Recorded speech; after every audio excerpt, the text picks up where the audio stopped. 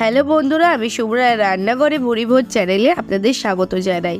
আজকে আমি বানাবো মাখা পোলাও। এটা বানাতে একদমই কম সময় লাগে, খেতেও ভীষণ ভালো হয়। সামনেই লক্ষ্মী পুজো উপলক্ষে ঠাকুরের ভোগে কিন্তু আপনারা এই রেসিপিটা বানাতে পারেন। চলুন তবে রেসিপিটা দেখে নেওয়া যাক।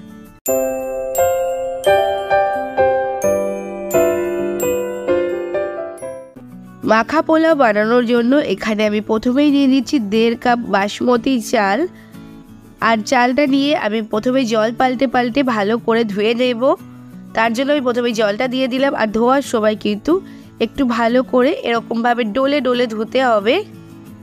আর জল পাল্টে 2-3 বার আমি ধুয়ে দিয়েছি। যখন জলটা পরিষ্কার আসবে তখন এরকমভাবে জলে ভিজিয়ে রেখে দেব 1 ঘন্টা মতো। 1 ঘন্টা পর জলটাকে ঝরিয়ে নিয়েছি।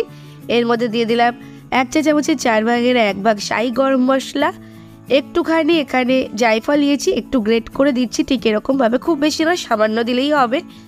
জায়ফলের ফ্লেভারটা ভীষণ ভালো লাগে এতে, তাই। আর দিয়ে দিচ্ছি স্বাদের জন্য 1 চা চামচ লবণ, 2 চা চামচ চিনি দিচ্ছি। তবে আপনারা যদি শুধু মুখে খেতে চান তবে এতে আরেকটু বেশি চিনি দেবেন। আর দিয়ে দিলাম 1 চা চামচ পরিমাণে ঘি, 1 মুঠো দিয়ে দিচ্ছি কাজু বাদাম, এখানে 10 থেকে 12টা কাজু দিয়েছি, 1 মুঠো দিয়ে দিচ্ছি কিশমিশ। সমস্ত কিছু ভালো করে চামচ দিয়ে মেখে দিচ্ছি। আপনারা চাইলে হাত দিয়েও ভালো করে মাখতে পারেন, তবে 2 থেকে 3 মিনিট সময় ধরে নেড়ে খুব ভালো করে মেখে নিতে হবে। সমস্ত মশলাগুলো যাতে খুব ভালোভাবে চালের সাথে মিশে যায়। আর তারপর এটাকে স্ট্যান্ডিংয়ে রাখবো 20 মিনিট মতো। যেহেতু মেখে রান্না করা হয় তাই এটাকে মাখা পোলাও বলা হয়। আর এরপর গ্যাসে কড়াই বসিয়ে দিয়েছি। কড়াইতে দিয়ে দিলাম 1 চা চামচ ঘি আর দিয়ে দিচ্ছি 1 চা চামচ সাদা তেল। তেল আর ঘিটা গরম হয়ে গেলে দিয়ে দিলাম 2টো এলাচ, 2টো লবঙ্গ আর 2 টুকরো দারচিনি। এলাচটা অবশ্যই ফাটিয়ে দিতে হবে। ফোড়নটা 30 সেকেন্ড মতো নেড়ে ভেজে নিচ্ছি। ফোড়ন থেকে সুন্দর গন্ধ বেরোলে দিয়ে দিচ্ছি আগে থেকে মেখে রাখা চালটা। আর চালটা দিয়েও একটু নেড়ে ভেজে নিতে। তো এখানে 2 থেকে 3 মিনিট চালটাকে ভালো করে নেড়ে ভেজে দিতে হবে। যেহেতু চিনি দেওয়া আছে, চিনিটা গলে যাবে, তাই খুব বেশি ভাজা যাবে না। তবে বেশ খড়খড়ের মতো হওয়া পর্যন্ত, মানে চিনি থেকে যে জলটা বেরোবে সেটা ড্রাই হয়ে যাওয়া পর্যন্ত এটাকে ভেজে নিতে হবে। তো দেখুন এটা বেশ ঝুরঝুরা হয়ে গেছে, এই অবধি ভেজে নিতে হবে। সময় লেগেছে 2 থেকে 3 মিনিট। তারপরে তো দিয়ে দিলাম 1/2 কাপ পরিমাণে দুধ আর দিয়ে দিচ্ছি 2.5 কাপ পরিমাণে জল। মানে যে পরিমাণে চাল ব্যবহার করতে হবে তার ডবল পরিমাণে লিকুইড ব্যবহার করতে হবে দুধ আর জল মিশিয়ে। সমস্ত কিছু নেড়ে মিশিয়ে নিচ্ছি। গ্যাসের ফ্লেমটা বাড়িয়ে দিয়ে ফুটে ওঠা পর্যন্ত ওয়েট করব। আর সমস্ত কিছু নেড়ে মিশিয়ে নিতে এর মধ্যে দিয়ে দিচ্ছি 1/2 চা চামচ আদা বাটা। আর আদা বাটাটা কিন্তু এই সময়ই দেবে, তাহলেই খেতে বেশি ভালো লাগবে। একটা আদার ফ্লেভার আসবে, যার জন্য পোলাওটা খেতে ভীষণ সুন্দর লাগবে।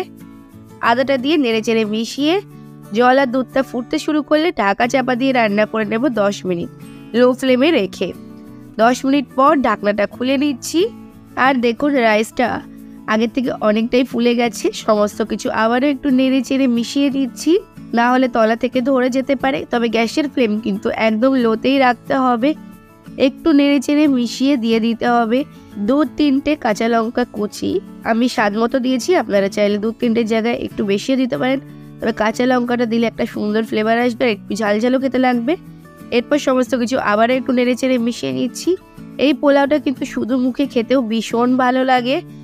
আপনারা চাইলে ঠাকুরের ভোগে এর সাথে কোনো নিরামিষ তরকারিও নিবেদন করতে পারেন। তো নেড়ে মিশিয়ে গ্যাসের ফ্লেমটা এবার আমি অফ করে দিয়েছি। ঢাকা চাপা দিয়ে স্ট্যান্ডিংয়ে টাইম রাখবো 15 মিনিট মতো। 10 থেকে 15 মিনিট পর ঢাকনাটা খুলে নিচ্ছি। দেখুন পোলাওটা কিন্তু একদম ঝরঝরে হয়েছে। আর প্রত্যেকটা চালের দানায় কিন্তু আস্ত আছে আর ফুলে গেছে ঠিকঠাকভাবে।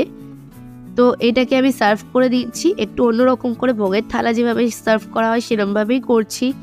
লক্ষ্মী পুজো বা যে কোনো পুজোয় এই পোলাওটা আপনারা বানাতে পারেন। বানাতে ভীষণই কম সময় লাগে আর খেতেও খুবই ভালো হয়। শুধু মুখেই খেতে ভালো লাগে। তবে এর সাথে যে কোনো নিরামিষ তরকারি সার্ভ করতে পারেন। আমার চ্যানেলে অনেক রকমের নিরামিষ রেসিপি আছে, সেগুলো আপনারা দেখতে পারেন। আমার আজকের রেসিপিটা কেমন লাগলো অবশ্যই কমেন্টস করে জানাবেন। ভালো লাগলে লাইক শেয়ার করে অন্যদের দেখার সুযোগ করে দেবেন। আর যদি এখনও আমার চ্যানেলটাকে সাবস্ক্রাইব না করে থাকেন তাহলে তাড়াতাড়ি সাবস্ক্রাইব করে পাশে থাকা বেল আইকনে ক্লিক করে দেবেন, যাতে পরবর্তীকালে চ্যানেলে যখন নতুন কোনো রেসিপির ভিডিও আপলোড করব সবার আগে আপনাদের ফোনে নোটিফিকেশন পৌঁছে যায়। আজকে এ পর্যন্তই, আবার আসবো অন্য কোনো দিন অন্য কোনো রেসিপি নিয়ে। ততক্ষণ ভালো থাকবেন, সুস্থ থাকবেন।